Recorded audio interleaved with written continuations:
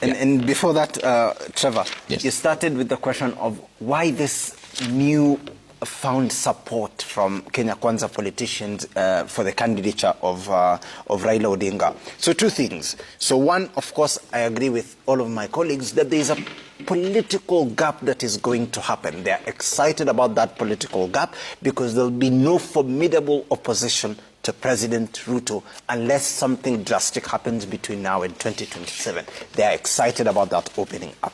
Secondly, of course, it is the statement that you said. We've been given marching orders. Those are the types of politicians we have in this country today. When they are told to go east, and more so politicians from Kenya Kwanza, when they are told to go east, that is where they go.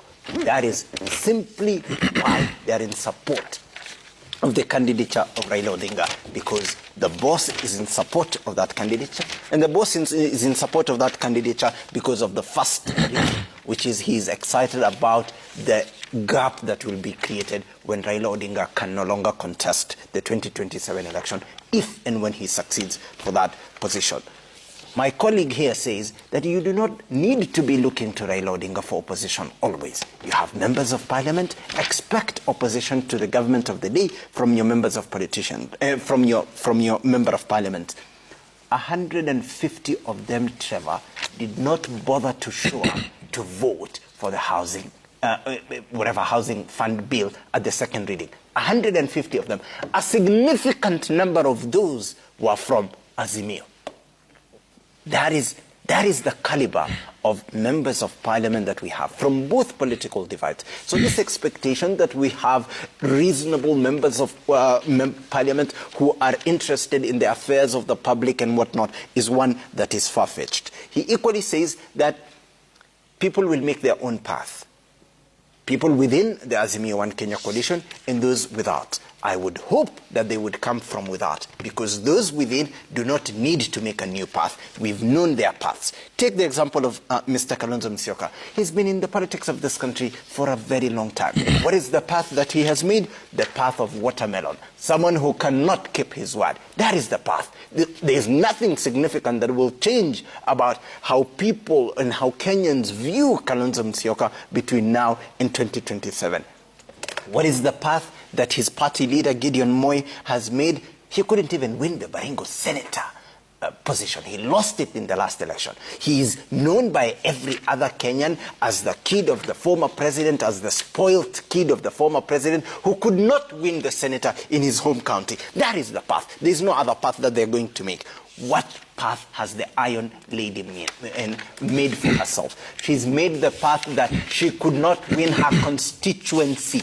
She could not deliver her constituency in the last election. What more path do we need from those people? What is this new interesting path that they're going to make between now and 2027? I do not see.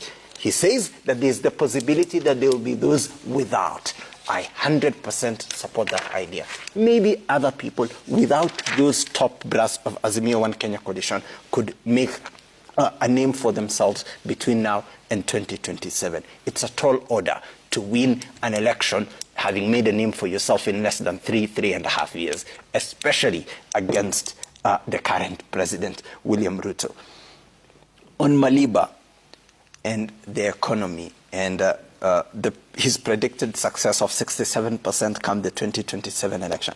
He says that we've stabilized the economy, and during the break he argues that we've gone back to the same market which turned us away in 2021, and we've now gotten the funding that we want. And when we ask him, how have you done that, he says three things. So one, he says debt to GDP ratio. I ask him the question, have you increased? Have you lowered? Definitely not lowered, because we've incurred more debt, so our debt to GDP ratio has gone up. Is that a good thing?